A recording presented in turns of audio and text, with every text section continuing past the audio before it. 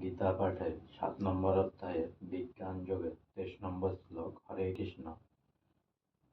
অন্তর্ভুক্ত ফলং তেষাং তদ ভবত্তলভ্য মেধসাং দেবান দেব যজ জানতি মদ্ভক্তা জানতি মাম্পি।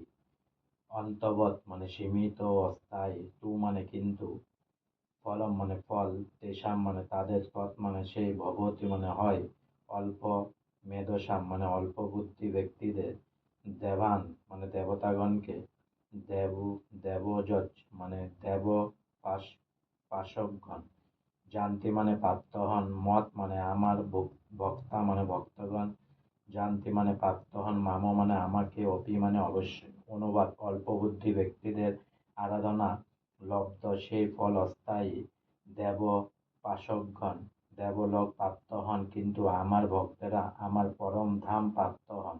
তাৎপর্য: ভগবদ্গীতায় গীতার কোনো কোনো ভাষ্যকার বলেন যে, কোন দেব-দেবীর উপাসনা যে করে সেও ভগবানের কাছে যেতে পারে, কিন্তু এখানে স্পষ্টভাবে বলা হয়েছে যে দেবোপাসকেরা সেই সমস্ত গ্রহলোকে যায় যেখানে তাদের উপাসিত দেব-দেবীরা অধিষ্ঠিত। যেমন সূর্যের উপাসকেরা সূর্যলোকে যায়, চন্দ্রের উপাসকেরা চন্দ্রলোকে যায়, তেমনই কেউ যদি ইন্দ্রের মতো দেবতার উপাসনা করে তাহলে সে সেই বিশেষ দেবতার লোকে যেতে পারে। এমন নয় যে যে কোনো দেব-দেবীর পূজা করলেই পরম পুরুষোত্তম ভগবানের কাছে পৌঁছানো যায়, এখানে সেই কথা অস্বীকার করা হয়েছে। ভগবান এখানে স্পষ্টভাবে বলেছেন যে বিভিন্ন দেব-দেবীর উপাসকেরা এই জড় জগতের ভিন্ন ভিন্ন গ্রহলোক প্রাপ্ত হয়, কিন্তু পরমেশ্বর ভগবানের ভক্ত সরাসরিভাবে পরম পুরুষোত্তম ভগবানের ধামে গমন করেন। এখানে কেউ কেউ প্রশ্ন উত্থাপন করতে পারে যে দেব-দেবীরা যদি ভগবানের বিভিন্ন অঙ্গ প্রত্যঙ্গ হয় তাহলে তাদের পূজা করার মাধ্যমেও একই উদ্দেশ্য সাধিত হওয়া উচিত। কিন্তু আসল কথা হচ্ছে দেব-দেবীর উপাসকেরা অল্প বুদ্ধি সম্পন্ন, তাই তারা জানে না যে দেহের কোনো অংশে খাদ্য দিতে হয়। তাদের মধ্যে কেউ কেউ আবার এত বোকা যে তারা দাবি করে ভিন্ন ভিন্ন অংশে ভিন্ন ভিন্ন ভাবে খাবার দেওয়া যেতে পারে, কিন্তু এই চিন্তাধারা সম্পূর্ণ ভ্রান্ত। কেউ কি কান দিয়ে কিংবা চোখ দিয়ে দেহকে খাওয়াতে পারে? তারা জানে না যে বিভিন্ন দেব-দেবীরা হচ্ছেন ভগবানের বিশ্বরূপে বিভিন্ন অঙ্গ প্রত্যঙ্গ, এবং তাদের অজ্ঞতার ফলে তারা বিশ্বাস করে যে ভিন্ন ভিন্ন দেব-দেবীরা হচ্ছেন এক একজন ভগবান, এবং তারা সকলেরই ভগবানের প্রতিদ্বন্দ্বী।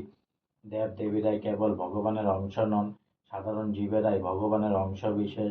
শ্রীমদ্ভাগবতে বর্ণনা করা হয়েছে যে ব্রাহ্মণেরা হচ্ছে ভগবানের মস্তক, ক্ষত্রিয়রা হচ্ছে তার বাহু, বৈশ্যেরা তার উদর, শূদ্রেরা হচ্ছেন তার পদ, এবং তারা সকলেই এক একটি বিশেষ কর্তব্য সম্পাদন করছে। মানুষ যে স্তরে থাক না কেন, যদি সে বুঝতে পারে যে দেব-দেবীরাও সে নিজে ভগবানের অংশ বিশেষ, তাহলে তার জ্ঞান পূর্ণতার প্রাপ্ত হয়। আর এটি না বুঝতে পেরে সে যদি কোনো বিশেষ দেবতার পূজা করে তাহলে সেই দেবলোক গমন করে। এটি সেই একই গন্তব্যস্থল নয় যেখানে ভক্তরা পৌঁছায়। দেব-দেবীদের তুষ্ট করার ফলে যে বর লাভ হয় তা ক্ষণস্থায়ী, কারণ এ জড় জগতের অন্তর্ভুক্ত সমস্ত দেব-দেবীরা, তাদের ধাম ও তাদের উপাসক সবকিছুই বিনাশশীল।